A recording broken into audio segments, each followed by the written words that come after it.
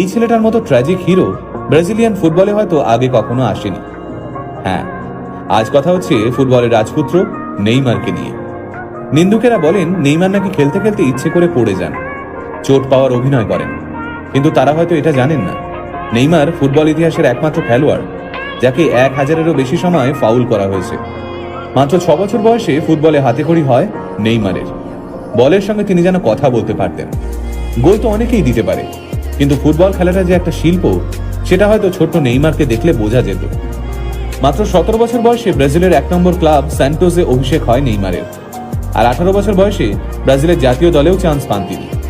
এখানে জানিয়ে রাখি, নেইমার সেই একমাত্র খেলোয়াড় যিনি ইউরোপের কোনো বড় টিমে না খেলেও ব্যালেন ডিওরের জন্য নমিনেশন পেয়েছিলেন, তাও আবার মাত্র 21 বছর বয়সে। নেইমারের যখন 18 বছর বয়স, তখন থেকেই তাকে নিজের দলে নেওয়ার জন্য ব্রাজিলের মাঠে হতে দিয়ে পড়ে থাকতো বার্সেলোনা, রিয়াল মাদ্রিদের মতো সব বড় বড় টিম। অবশেষে 2013 সালে বার্সেলোনায় খেলার সিদ্ধান্ত নেন নেইমার।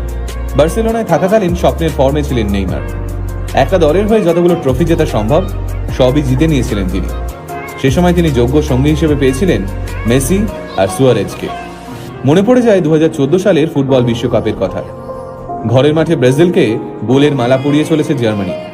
বিশ্বকাপের সেমিফাইনাল ম্যাচে মাত্র 25 মিনিটে 5 গোল দিয়ে দিয়েছে জার্মানি। দর্শকরা সব কেউই বুঝতে পারছেন না কি হচ্ছে। ম্যাচ শেষ হতে দেখা গেল জার্মানি 7, ব্রাজিল 1। সেদিন নিজের দলের এই শোচনীয় অবস্থা দেখে কাঁদতে কাঁদতে টিভি বন্ধ করে দিয়েছিলেন নেইমার। সেদিন নেইমারের ইচ্ছে করছিল তখনই মাঠে নেমে দলের সম্মান বাঁচাতে। হয়তো ঠিক তার আগের ম্যাচে চোট না পেলে 2014 সালের বিশ্বকাপে জয়ী হিসেবে ব্রাজিলের নামই লেখা থাকত। ব্রাজিলের গ্রেটেস্ট ফুটবলারদের মধ্যে একজন হতে গেলে দেশের হয়ে বিশ্বকাপ জিততেই হবে, এ যেন এক অলিখিত নিয়ম। পেলে, রোনাল্ডো, কাকা কিংবা রোনাল্ডিনহো সবার নামের পাশেই জলজল করছে সেই বিশ্বকাপ ট্রফি।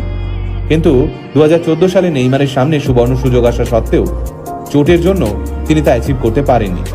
তবে এখনো পর্যন্ত ফুটবলে 5 বার বিশ্ব চ্যাম্পিয়ন হলেও অলিম্পিকের 100 বছরের ইতিহাসে কোনো সোনার মেডেল জেতেনি ব্রাজিল।